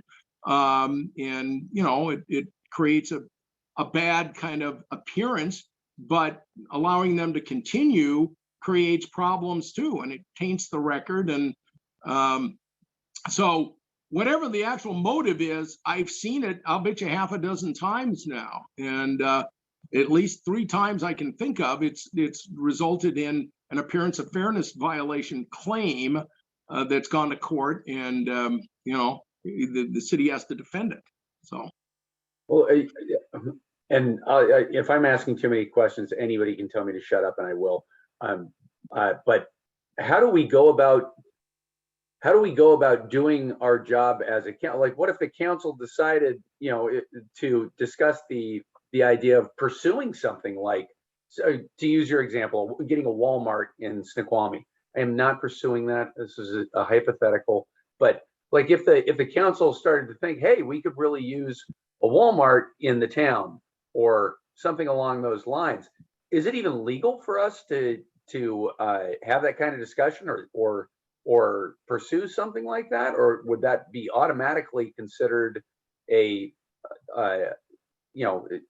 could that be used later on to say, oh, they said something about getting a Walmart 3 months ago? And No, the answer, it's a good question. The answer to that question is, unless there is an actual application pending before the city for that project, that Walmart project, you are more than welcome and free to debate and discuss those types of kind of projects, development, big scale, small scale, development. That's part of your job and part of your ability to do that. It's only when, and my comment should be carefully understood to be where there is an application pending before the city and people try to come in and use a public forum like the community talking points or the weekly or monthly community discourse. When there's an actual application pending is where there's a problem. If there's no application pending, then no, you can discuss that. You've got pretty much free reign to discuss that and make some policy decisions arising out of it, et cetera. Once the application comes in, however, that changes everything. That's when the appearance of fairness doctrine kicks in. And that's where then you need to not show any bias or prejudgment or economic benefit or all of the other things that I'm going to talk about underlie the appearance of fairness doctrine. So until there's actually an application pending before the city, then you're pretty much free to discuss those types of projects and city's interests or non-interest in them. thank you. That makes a lot of sense. All right, good. And I'm sorry if I didn't clarify that. Again, I want to be carefully crafted as Bob. I am well knows. absolutely certain that you clarified it. It's just something that I missed. I'm sorry. Okay, well, no, good point, good question. All right, well, let's move on here. Go to the next slide if we can, because I think I've covered most. There we go. All right, so let's take a quick look at the arbitrary and capricious decision. Mike, I'm wondering if you want to, just in view of the time, if you want to jump to your Anderson versus Issaquah stuff and maybe circle back to this to make sure that that we cover that particular context tonight. You bet. I'm happy to do that. Good point, Bob, and I'm glad somebody's paying attention to the time because I'm not. So can we flip forward about probably 3 or more slides? Keep going. Keep going. There you go. Stop there for just a second. And Jason, you're doing a great job. I mean, yeah, thank you. There you go. Thank you. Stop here. Well, you were doing a great job, Jason. No, you're doing an excellent job. I'm all over the map. And thank you, Bob. That makes some sense. And I will just say, we have covered a lot of the arbitrary and capricious rules already in things I've said and covered. So we can certainly go back to that, but I don't think you're going to be missing anything. This is useful and important because it touches on some of the questions that have been asked. And I've got a few slides here to talk about architectural and design review. This is where some cities can get into trouble. There's, the code frequently will have either, some holes in it, issues in it, or lack of clarity that can create problems. And so let's take a look at some of these and go to the next slide, if you would. And we'll talk about a very famous case, appeals decision 1993, Anderson versus City of Issaquah. Some of you may remember this. I've heard about it. It is kind of the bane of a city attorney's feelings and work in architectural and historic design regulations and hearings. And I'm going to preface my comments here by saying, well, first, a couple of things. First of all, this case is still cited by other courts frequently and relied upon by various courts for interpreting and applying design review standards and codes, and how the design review process should work and how it did not work here.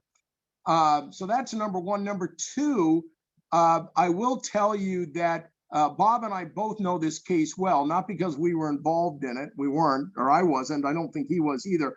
But we've both read it frequently. I know I've had this thrown at me numerous times in other cases. This is a classic case of bad facts make bad law.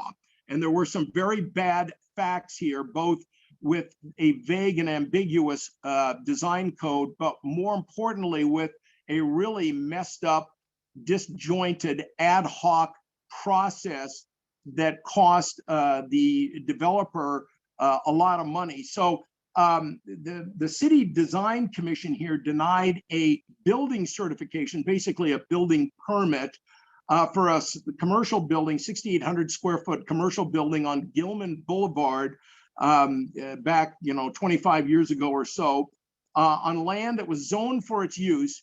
There's no doubt that the building design that was originally submitted met all of the city's building safety and other structural requirements, but it needed city design review approval before it could get the building permit.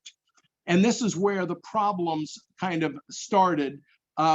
The city had adopted and had in place for a long time various design and architectural review standards that basically said that the design commission needed to determine if the building met these various standards that were vague, ambiguous, mostly undefined, and basically all over the map.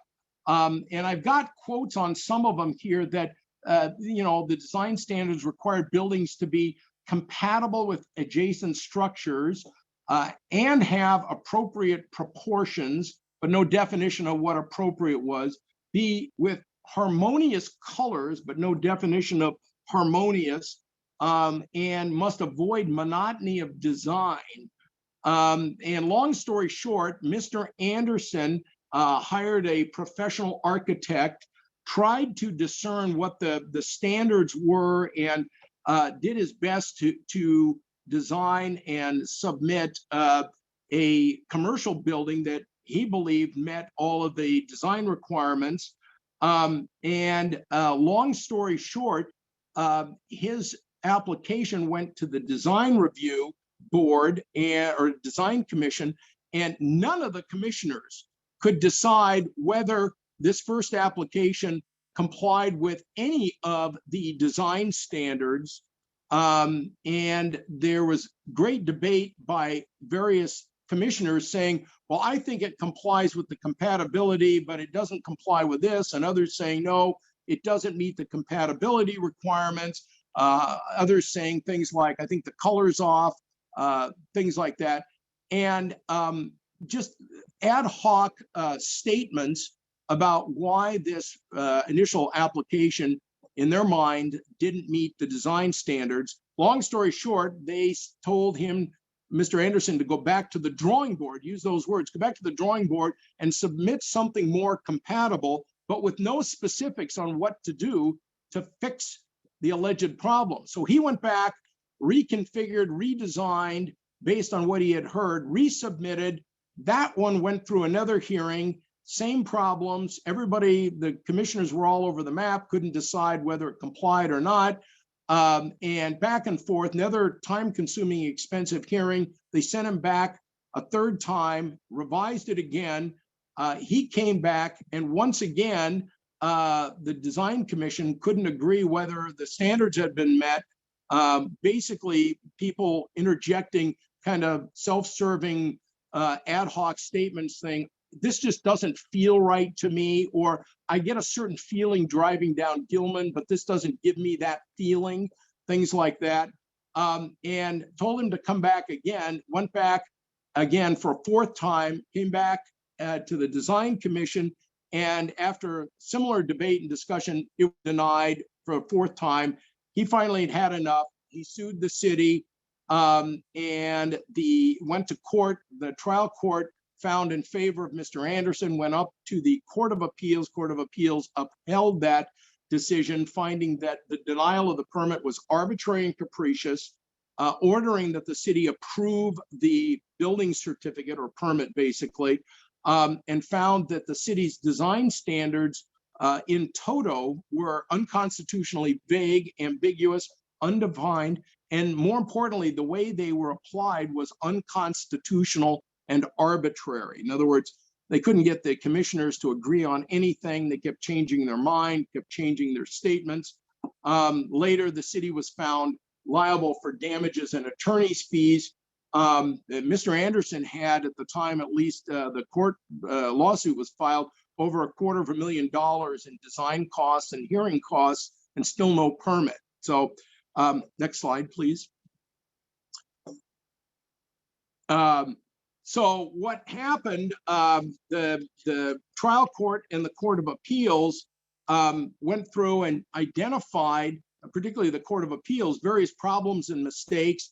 And this is kind of a recipe for what not to do when you're dealing with design review and architectural review. And the first and foremost general one was vague, undefined standards in the code. And there were a lot of them. It wasn't one or two things. It was virtually the entirety of the code had vague, undefined words that nobody could figure out what they meant. Quality of designs were required, but it wasn't defined anywhere. The submittals needed to be harmonious with building design, but no definition or examples of that. The evaluation of a project should be based on quality of its design and relationship to the natural setting of the valley and surrounding mountains. And that, you know, those kinds of language, the phrases that were used in the code prompted lots of debate. Nobody could agree on what that meant. You know, and they use language like monotony of design shall be avoided. Well, what does that mean? You know, colors should be harmonious, but they weren't defined. There was no color palette as part of the code. And landscape, these are all examples. There's lots more in the decision. Landscaping should provide an attractive transition to adjoining properties. Attractive, well, you know, my idea of attractive might be different than everyone else's idea of attractive. Next slide, please. So we've got some, you know, vague, undefined, really ad hoc language in the design code. And then a lot of speculative, ad hoc, and personal decisions by individual design commission members that throughout were saying, well, my own personal feeling is blah, blah, blah. That is the epitome of kind of an arbitrary statement. The commissioners had to, quote, resort to their own subjective feelings. Well, if you ever have to do that in deciding a quasi-judicial permit application, you've got problems, okay? Again, you go back to the code. Even if some of the standards weren't clearly defined, there was enough, there should be enough in the code to allow decision makers to, you know, make a concrete decision that, you know, this does meet, you know, the general criteria in the code, and without resorting to subjective feelings or beliefs. The building is not compatible with Gilman. Paint Mike? color may be too dark. Mike, Yes. sorry to interrupt. We have a housekeeping matter on timing here. Mayor Pro sorry. Tem, that's okay. Move to extend the meeting for an additional 15 minutes. Second.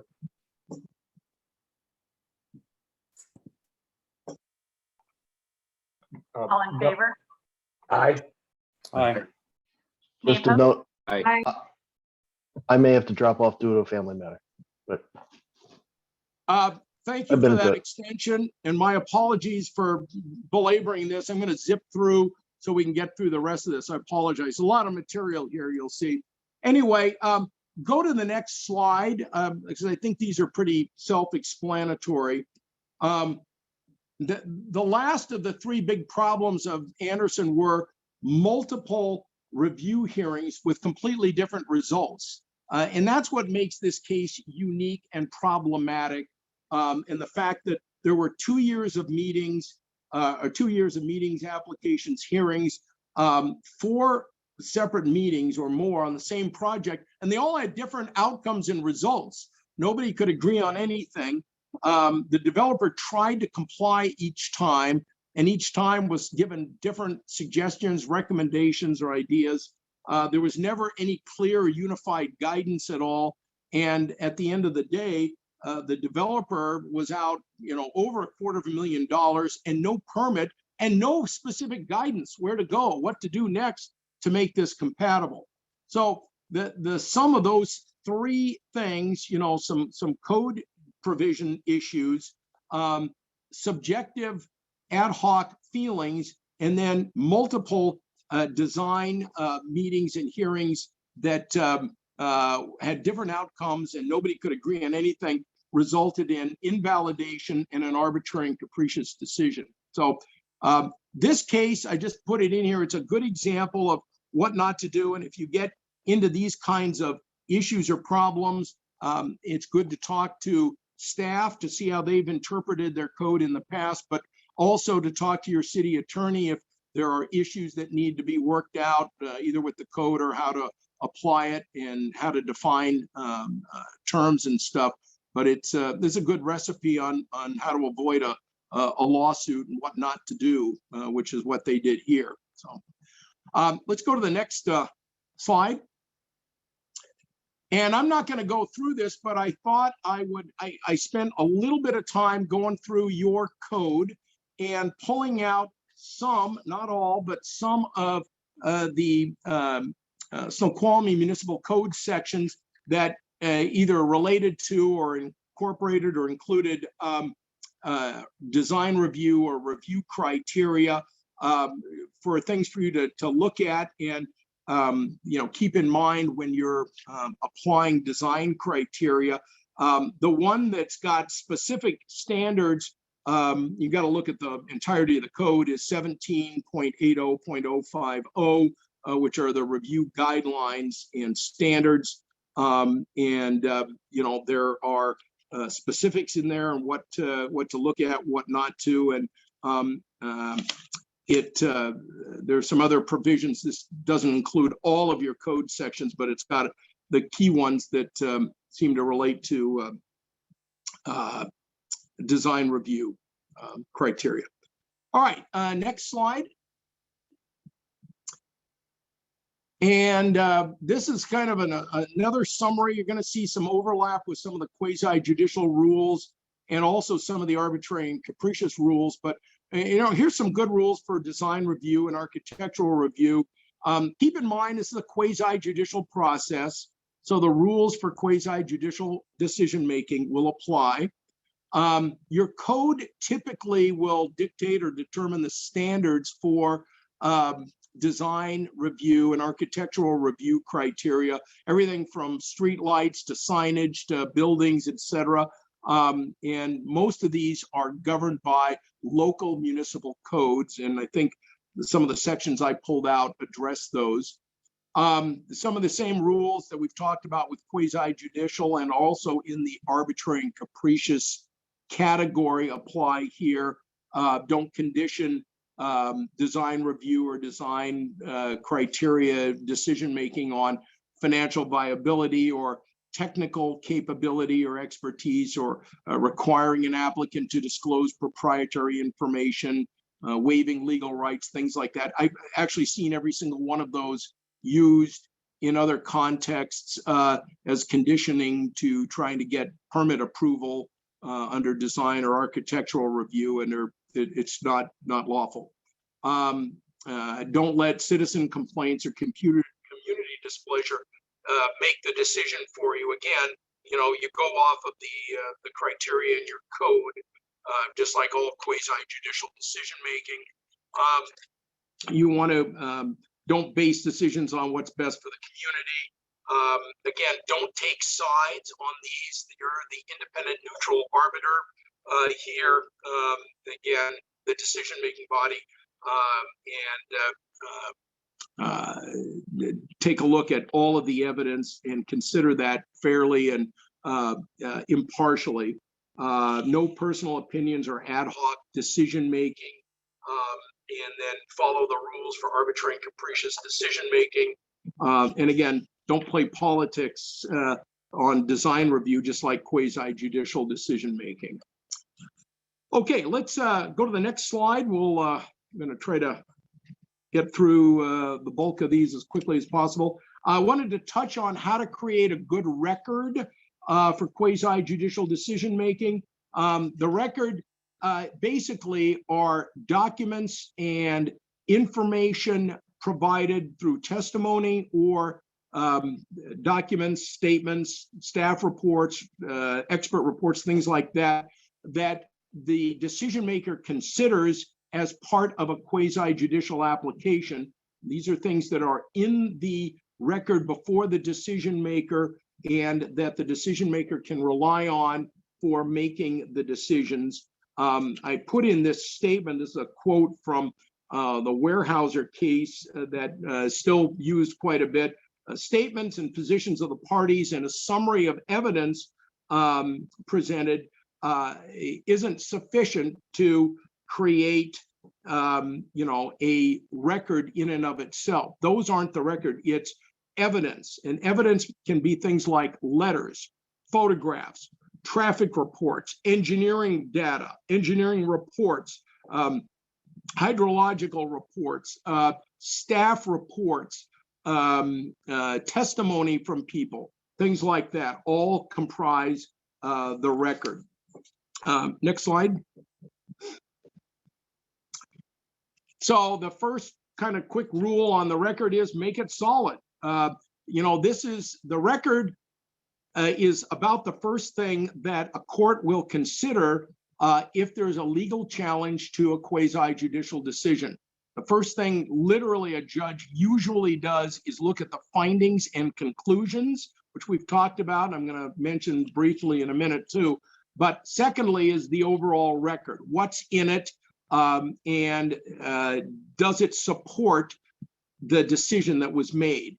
And some of the things that can comprise the record I've got listed. This isn't a complete list, but obviously the permit application, other documentation, a SEPA determination if there is one, staff report and attachments can always or should always be part of the record.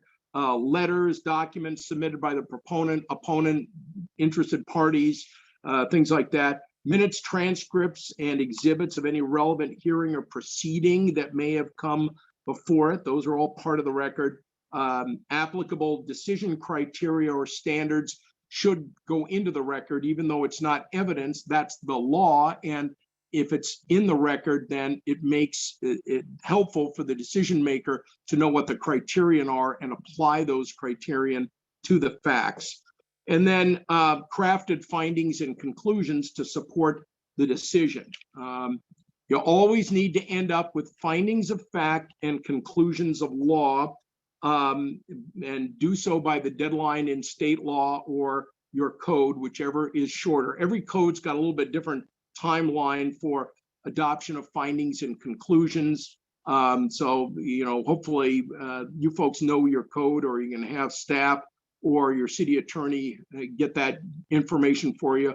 It should be part of every staff report that goes before you as part of a decision or quasi-judicial decision when the deadline by which a decision is required.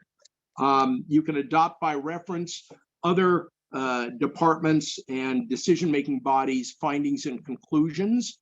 That's done all the time, or you can adopt your own, or you can do a hybrid, adopt the prior findings and conclusions and add on additional ones that are based on evidence in the record.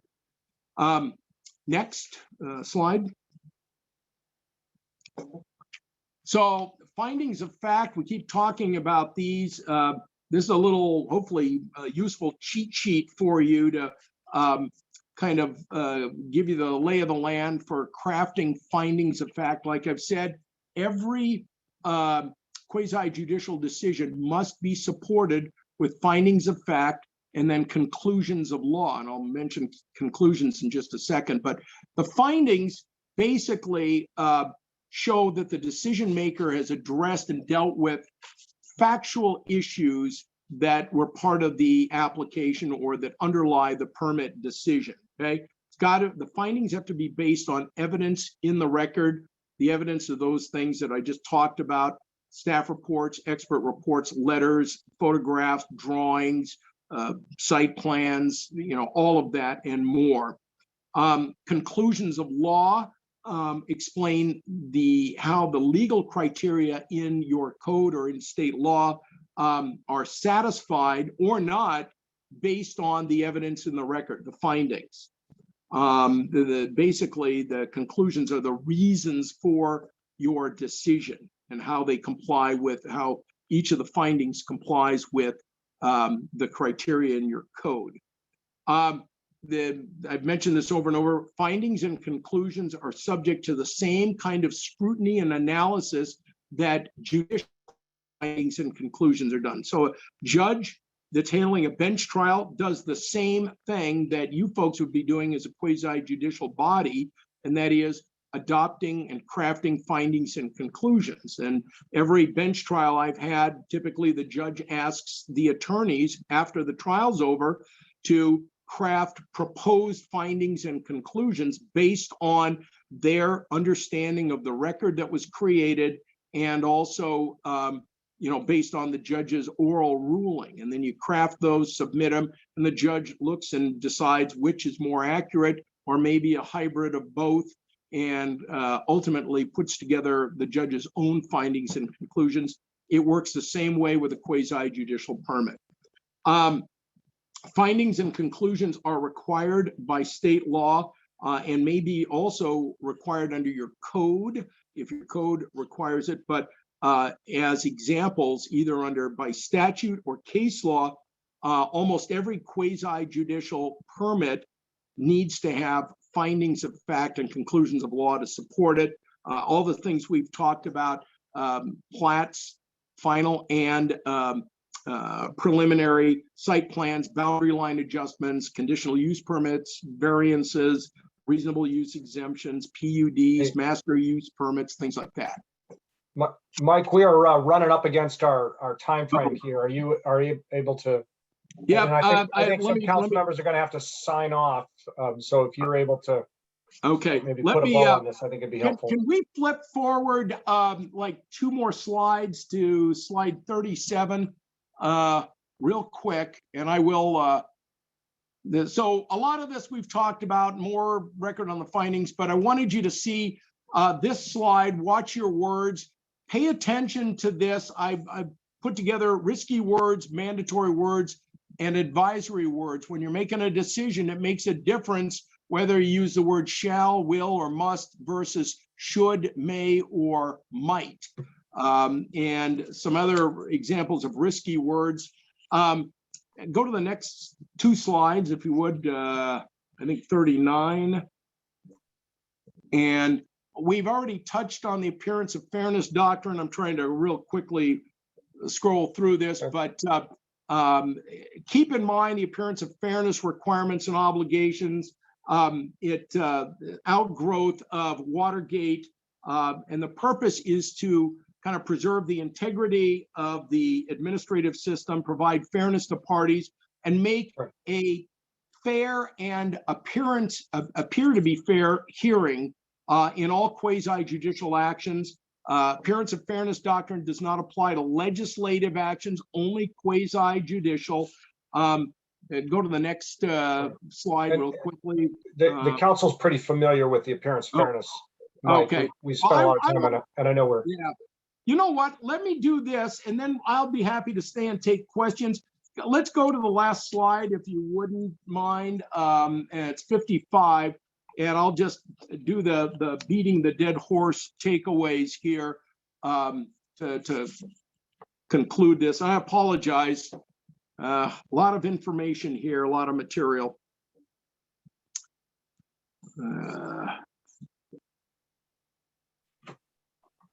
Mayor, could I just be recognized to move to extend?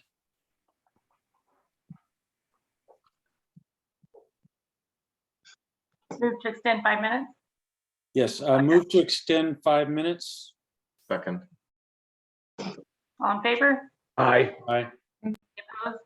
No, I All right, well, I'm pretty Get it much 5 done. I appreciate your ability to just extend quickly.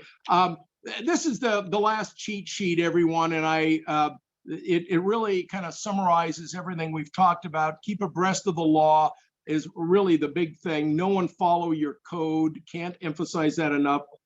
Enact and follow clear rules of procedure, process, and criteria.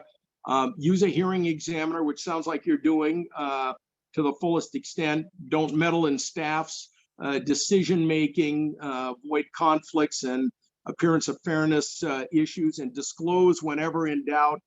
Support your decisions with good, clear findings and conclusions. Base your decisions on the code and the law, not on politics. And last and most importantly, follow your city attorney advice. And with that, I will stop talking. I apologize again for kicking over a few times, and thank you for your time and attendance here. And I'm happy to stay or not to answer questions. With all of that, I'll stop talking. Thanks. I had one very quick question on findings and conclusions. Do they have to be all encompassing, or do they only address the things that were brought up in the hearing? Well, they have to be encompassing in that they need to address the criteria in your code for that particular permit. So hopefully there was some kind of evidence adduced at the hearing, either by testimony or documents or photographs or something, to support or relate to or not support each of the criteria in your code. So the finding, there should be a separate finding on each of the criteria related to the particular permit. But if there are 10 things, So just a second. So if people can stay to listen to the questions, otherwise others, you're welcome to leave. Really appreciate your Mike Walters for the seminar or training. So thank you so much. So others welcome to leave or stay for the questions. Okay. Go on, Councilmember Benson. but if there are, say, 10 things in that list, and whoever's opposing the project or finding fault with it finds fault with only one of those things, do our findings and conclusions have to address all 10 things? Yes. Okay. Yeah. Yep. And to answer your question a little bit more, if there's no evidence adduced on a particular criterion, then you should have a finding to that effect. There was no evidence provided regarding safe walking distances or walking routes to schools, or there was no insufficient evidence of potable water supplies for the project or something like that. But there should be some relation to each of those elements to show a reviewing court or the parties that you looked at it, addressed it, and here's what the evidence was or wasn't. And just a quick example, Councilmember Benson, a few years ago, there was an application for a business use, I think a bar and grill restaurant on the property just to the southeast of City Hall. And there was some diligent opposition by some neighboring property owners. And when the matter came before the city council on appeal, the applicant didn't attend. And so the council had raised a number, the neighbors had raised a number of questions, and council said, we don't find any evidence on these. We turned to the applicant's not here. There's not evidence on, and they, denied the project because there wasn't evidence on all of those criteria that were outlined in the code. good example. So I will also have to be leaving, unfortunately. So I thank you very much, Mr. Walter, for your time and that excellent presentation. I did have one question, since we didn't get to every slide. Will that slideshow be made available to us to review later, especially some of those cheat sheets that you had in there that could be so handy? I'm happy to, the city makes the call on that. I'll let the mayor and Bob and others decide. As far as I'm concerned, it can be. Yeah, Yeah. we'll set, Oh, I was gonna say, go ahead. I think Raymond was making copies for each one of you. Right, Thank and you very much. Mayor, I'm wondering if this is going to continue, whether we should have another extension or if we should bring the meeting to a close. Just I trying have to keep an eye go. on the time. Okay, any other questions? Mr. Walter, oh, City Clerk. Madam We Mayor, I just want to say that I do have additional copies in my office here, and we can also email the PowerPoint as well. With Mike's permission. Absolutely. Any other questions? Otherwise, we will go ahead and adjourn. Okay, thank you. Thank you Thanks, so much. everyone, and thank you, Mike. Thank you Thank you, very Mike. much, everyone. And I would add, Bob and Mayor, whoever else, if there's a need or interest to do follow-up training on more discrete topics, I apologize again for not getting through everything, but as you can see, there's a lot of stuff here. I'm happy to come back and do a, shorter, fine-tuned summary of certain other aspects or whatever. I do these trainings all the time, and I can fashion them any way you want. So. Thank you. Great. Thank you very much. Thank you. thank you. Do we need a motion to adjourn? That would be in Second. order. The mayor has. Left us. Motion to adjourn. Yep, second. All in favor? Aye. Aye. Approved. See you later, everybody. Have a Bye. good night. Good night. Thank you all. Bye.